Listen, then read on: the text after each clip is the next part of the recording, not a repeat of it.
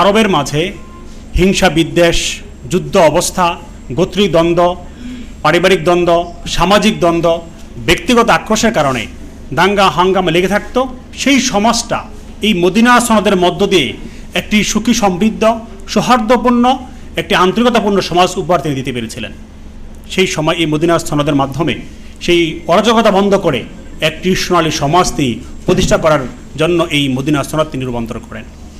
এই মদিনা সনদ সম্পর্কে যদি বলি, মৌলিক যে কয়েকটা বিষয় আছে এখানে। মদিনা সনদে যে ধারাগুলো উল্লেখ করা হয়েছে, ইতিহাসে আমরা যেটা দেখি যে 47 ধারার কথা বলা হয়েছে। কোথাও ইবনে হিশামের মতে এই সনদে প্রায় 53টি ধারার কথা আলোচনা হয়েছে। তা আমরা 47 বা 53 যাই হোক, সেখান থেকে যদি কয়েকটি ধারা আপনাদেরকে আমি বলতে চাই যে মদিনা সনদের মৌলিক ধারাগুলো ছিল, যে বিষয়গুলোকে মদিনা সনদের মধ্যে অন্তর্ভুক্ত করা হয়েছিল, তার মধ্যে একটি বড় ধারা, প্রথম যে ধারণা আমরা বলতে পারি, মদিনা সনদে স্বাক্ষরকারী ইহুদি, পৌত্তলিক ও মুসলমান সম্প্রদায় একটি সাধারণ জাতি গঠন করবে। অর্থাৎ যখন ওই আরবের মাঝে এত বেশি বিদ্বেষ, যুদ্ধ অবস্থা, প্রতিহিংসা, এত অরাজকতা চলছে, জাহালিয়াত চলছে, সেই সময় রাসূল আরবি সাল্লাল্লাহু আলাইহি সাল্লাম মদিনা সনদ প্রতিষ্ঠা ঘোষণা দিলেন। প্রথম ঘোষণা দিলেন যে এই যারা এই মদিনা স্বাক্ষর করবেন তারা যদি ইহুদি হয়, পৌত্তলিক হয় বা মুসলমান হয়, সকলে মিলে একটি সম্প্রদায় মিলে, সকল সম্প্রদায় মিলে একটি সাধারণ জাতি গঠন করা হবে। তিনি সাধারণ এটি ঘোষণা দিলেন। দ্বিতীয় যে বিষয়টি সেখানে ছিলেন যে এই চুক্তিতে স্বাক্ষরকারী যে কোনো সম্প্রদায় যারা এই চুক্তি স্বাক্ষর করবে, এই সম্প্রদায়ের উপরে যদি বাহিরের কোনো শত্রু আক্রমণ করে তাহলে সকল সম্প্রদায় মিলে তাদের বিরুদ্ধে মোকাবেলা দাঁড়াবেন। কত চমৎকার তিনি সনদ তৈরি করেছেন সেখানে। শুধু তাই নয়, পরবর্তী আরেকটি 3 নম্বর যে সনদের কথা বলি আমরা, তিনি সেখানে স্পষ্ট করেছেন সব সম্প্রদায় স্বাধীনভাবে নিজ ধর্ম পালন করবে, কেউ কারো ধর্মে হস্তক্ষেপ করবে না। কিন্তু আমাদের দেশে এখন এটা প্রভিয়া আছে যে হুজুররা ক্ষমতায় আসলে অন্য ধর্মের উপর হস্তক্ষেপ করা হবে। অথচ 1500 বছর পূর্বেই রাসূল আরবি সাল্লাল্লাহু আলাইহি সাল্লাম মদিনা সনদের মাধ্যমে প্রমাণ করে গেছেন, ইতিহাস রচনা করে দিয়ে গেছেন যে অন্য ধর্মের লোকরা থাকলেও তারাও নিরাপদ থাকবে, তারা তাদের ধর্মীয় অধিকার পালন করা তার স্বাধীনতা পাবে। শুধু এই নয়, পরবর্তী আরেকটি বিষয় যদি বলি, সেখানে দেখেন রাসূলুল্লাহ সাল্লাল্লাহু আলাইহি সাল্লাম সেই মদিনা সনদের মধ্যে আরেকটি বিষয় উল্লেখ করেছেন, আরেকটি ধারা ছিল যে যারা স্বাক্ষর করেছেন এই সকল সম্প্রদায়ের মাঝে যদি কোনো বিভেদ তৈরি হয়, কোনো সমস্যা তৈরি হয়, মতানৈক্য তৈরি হয়, তাহলে এই বিষয়ে সমাধান দিবেন, মীমাংসা করবেন হযরত মুহাম্মদ মুস্তাফা সাল্লাল্লাহু আলাইহি ওয়াসাল্লাম। সকলে মেনে নিয়েছেন, সকলে তাকে মেনে তাকে নেতা বানিয়ে নিয়েছেন। এভাবে মদিনা সনদের মধ্যে আরও অনেকগুলো বিষয় ছিল। আরেকটি গুরুত্বপূর্ণ বিষয় বলি, মদিনা সনদে বলা ছিল সর্বপ্রকার পাপ ও অপরাধকে ঘৃণা করা হবে। যত প্রকার পাপ হবে, অপরাধ হবে, এই অপরাধ ঘৃণা করা হবে। কোনো পাপী ও অপরাধী ব্যক্তিকে রেহাই দেওয়া যাবে না। যিনি অপরাধ করবেন, যেই দলের হন, যেই মতের হন, সে অপরাধের ব্যাপারে শাস্তির ব্যাপারে এখানে নির্দিষ্ট করা হয়েছে। কিন্তু অপরাধ যদি না করে কারো ব্যাপারে ইসলাম কোনো শাস্তির বিধানের কথা সেখানে বলেননি। মদিনা সনদে আরেকটি বিষয় ছিল ইহুদিদের মিত্ররাও সমান নিরাপত্তা পাবে। অর্থাৎ যারা স্বাক্ষর করেছে, বিশেষ করে ইহুদির কথা উল্লেখ করা হয়েছিল যে ইহুদিদের যারা মিত্র রয়েছে, তাদের যারা বন্ধুত্ব রয়েছে, তারাও এই সনদের আওতায় থাকলে, এই সনদের থাকার কারণে তারাও নিরাপত্তার বলের মধ্যে আবদ্ধ থাকবে। অর্থাৎ শুধু যারা স্বাক্ষর তারাই না, তাদের মিত্র যদি কেউ থাকে তাদেরকেও সেখানে নিরাপত্তা গ্যারান্টি দেওয়া হয়েছে। এভাবে বহিরাশত্রু আক্রমণ করার জন্য নিজস্ব যেই যুদ্ধের ব্যয়ভার হবে, এই ব্যয়ভার স্বাক্ষরকারী সকলে মিলে সম্মিলিতভাবে করবে। অর্থাৎ এই মৌলিকভাবে অনেকগুলো সনদ ছিল, ধারা ছিল, তার মধ্যে কয়েকটি ধারা আমি উল্লেখ করলাম। এই ধারাগুলোর মাধ্যমে মদিনা সনদের প্রতিষ্ঠা করার মাধ্যমে যে অর্জনগুলো হয়েছিল সেই সময়, সেই প্রথম অর্জন যদি আমরা বলি, গৃহযুদ্ধ বন্ধ হয়েছিল। সেই সময় মদিনাতে, সেই সময় আরবে এত বেশি গৃহযুদ্ধ ছিল, গোষ্ঠীগত যুদ্ধ ছিল, দাঙ্গা মাহাম্মা ছিল। এই সনদের মধ্য দিয়ে প্রথম যে সাধারণত অর্জন হয়ে সফলতা আসছে সেটা হলো তাদের গৃহযুদ্ধ বন্ধ হয়ে গেছিল। কোনো গৃহযুদ্ধ তারা পরিচালনা করেনি, সেটা থেকে তারা ফিরে এসেছিল। দ্বিতীয় বিষয় ছিল সমান অধিকার প্রতিষ্ঠিত হয়েছিল, ধর্ম বর্ণ বিনির্বিশেষে সকলের সমতা ফিরে এসেছিল, তাদের সাম্যতা ফিরে এসেছিল, তারা সমান অধিকার তারা প্রতিষ্ঠিত করতে পেরেছিল। তৃতীয় যে বিষয়টিকে আমরা অর্জন বলতে পারি সেটা হলো এই সনদের মাধ্যমে নিরাপত্তার গ্যারান্টি নিশ্চিত করা হয়েছিল। অর্থাৎ যারা এর আওতায় চলে আসছিল সকলের নিরাপত্তার বিধান প্রণয়ন করা হয়েছিল এবং সকল নিরাপত্তার দায়িত্ব রাসূল সাল্লাল্লাহু আলাইহি ওয়াসাল্লাম নিয়েছিলেন।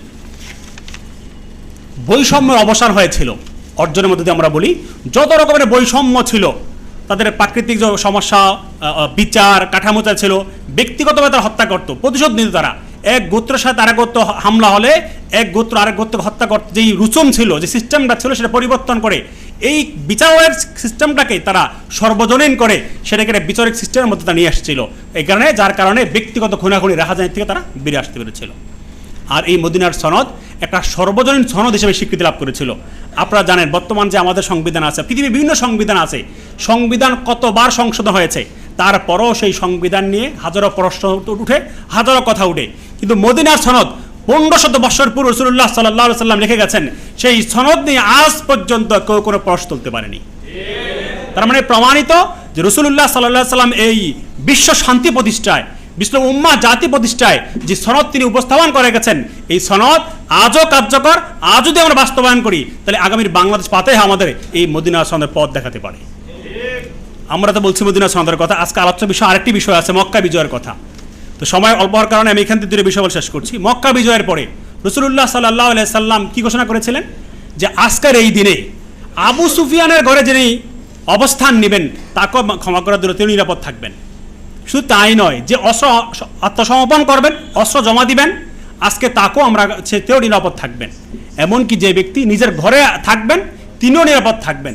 অর্থাৎ বিজয় হওয়ার পরে প্রতিশোধ তো দূরের কথা, আপনি ঘরে থাকলেও আপনাকে নিরাপত্তা দেওয়ার কথা বলা হয়েছে, অস্ত্র সমর্থন দিলে আপনি নিরাপত্তার কথা বলা হয়েছে, মানে সাধারণ ঘোষণা রাসূলুল্লাহ সাল্লাল্লাহু আলাইহি সাল্লাম দিলেন। এটা আমরা এই বিজয়ের পরে, 24-এর বিজয়ের পরে রসুলের এই আদর্শ থেকে আমরা গ্রহণ করতে পারি। শুধু এতটুকুই নয়, মক্কা যখন সকলে একত্রিত হলেন, রাসূলুল্লাহ সাল্লাল্লাহু আলাইহি সাল্লাম জিজ্ঞেস করলেন, আমাদের তো হে কুরাইশগণ, আমাদের থেকে তুমি তোমরা কেমন আচরণ আশা করো, কেমন আচরণ তোমরা প্রত্যাশা করো? তখন তারা বলল, আমরা আপনার কাছে হে নবী করুণা আমরা প্রত্যাশা করি, করুণা চাই। রাসূলুল্লাহ সাল্লাল্লাহু আলাইহি ওয়াসাল্লাম উত্তরে বললেন, আমি তোমাদেরকে ঠিক তাই বলবো যা নবী ইউসুফ তার ভাইদেরকে বলেছিলেন। আমি তোমাদেরকে আজকের দিনে তাই বলবো যে কথা কে বলেছিলেন, নবী ইউসুফ তার ভাইদেরকে বলেছিলেন। কি বলেছিলেন? যে আজ তোমাদের প্রতি আমার কোনো অভিযোগ নেই, আজ তোমাদের প্রতি আমার কোনো অভিযোগ নেই, তোমরা যেতে পারো, কারণ তোমাদেরকে মুক্ত করা হয়েছে, তোমরা আজকে মুক্ত স্বাধীন। মক্কা বিজয়ের পরে এটি ছিল ঐতিহাসিক বক্তব্য, ঐতিহাসিক কথা, যে বিজয়ের পরে সেই বিজয় তারা উদযাপন করেছিলেন। সেই বিষয় যদি বলি, রাসূলুল্লাহ সাল্লাল্লাহু আলাইহি সাল্লাম এই বিজয় উদযাপন করতে গিয়ে, এই বিজয় উদযাপন সিস্টেম কি ছিল, তিনি আল্লাহর কাছে সিজদায় মাথা নত করে দিয়ে আল্লাহর কাছে দোয়া করেছিলেন, তিনি মিল্লাতের দোয়া করেছিলেন। কোনো হাঙ্গামা, কোনো উৎসাহ, কোনো উদ্দীপনা, অন্য ধরনের কোনো কিছু ছিল না, বরং যতটুকু ছিল আল্লাহু আকবারের ধ্বনি ছিল, আল্লাহ তাকবীরের ধ্বনি ছিল, আল্লাহর বরত্বের কথা ছিল, আল্লাহ বরত্বের শ্রেষ্ঠত্বের আওয়াজ তারা তুলেছিল। এর বাইরে প্রতিশোধ নেওয়ার মতো কোনো বিষয় ছিল না। যার পরিশ্রুতিতে মক্কা বিজয়ের পরে যখন দেখলো যে মুহাম্মদ সাল্লাল্লাহু আলাইহি সাল্লাম মক্কা বিজয় করার পরে প্রতিশোধ নিচ্ছেন না, ক্ষমতার চেয়ার দখল করছেন না, তার মানে তিনি সাধারণ ব্যক্তি নন, তিনি নবী, তিনি এমন নবী, তিনি এমন মানব যিনি আল্লাহর পক্ষ তিনি অবতীর্ণ হয়েছেন।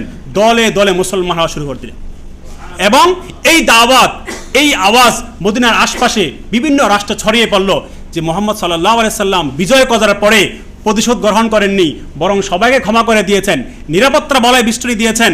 অতএব মানুষ দলে দলে ইসলামের মধ্যে আবির্ভাব হওয়া শুরু করে দিল। এটা ছিল মক্কা বিজয়ের সবচেয়ে বড় একটি বিষয়।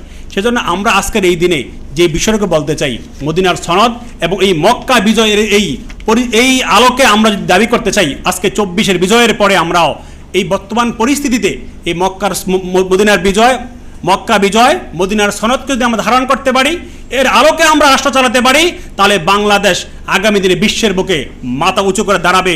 এই বিশ্বাস, এই প্রত্যাশা আমরা রাখতে পারি।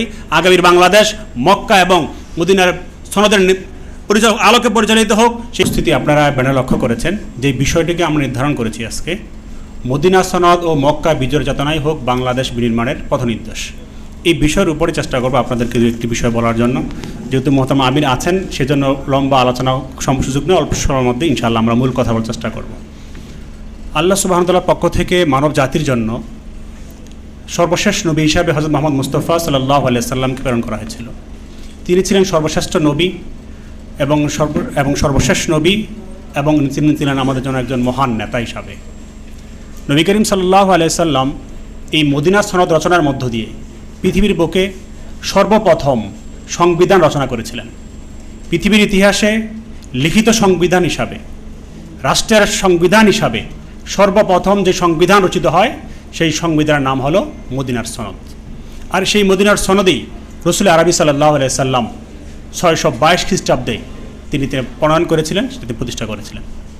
সেই মদিনার সনদের মধ্য দিয়ে যেই আরবের মাঝে হিংসা বিদ্বেষ, যুদ্ধ অবস্থা, গোত্রী দ্বন্দ্ব, পারিবারিক দ্বন্দ্ব, সামাজিক দ্বন্দ্ব, ব্যক্তিগত আক্রোশের কারণে দাঙ্গা হাঙ্গামা লেগে থাকতো, সেই সমাজটা এই মদিনা সনদের মধ্য দিয়ে একটি সুখী সমৃদ্ধ সৌহার্দ্যপূর্ণ একটি আন্তরিকতাপূর্ণ সমাজ উপহার তিনি দিতে পেরেছিলেন। সেই সময় এই মদিনা সনদের মাধ্যমে সেই অরাজকতা বন্ধ করে একটি সোনালী সমাজ তিনি প্রতিষ্ঠা করার জন্য এই মদিনা সনদ তিনি রূপান্তর করেন। এই মদিনা সনদ সম্পর্কে যদি বলি, মৌলিক যে কয়েকটা বিষয় আছে এখানে। মদিনা সনদে যে ধারাগুলো উল্লেখ করা হয়েছে, ইতিহাসে আমরা যেটা দেখি যে 47 ধারার কথা বলা হয়েছে। কোথাও ইবনে হিশামের মতে এই সনদে প্রায় 53টি ধারার কথা আলোচনা হয়েছে।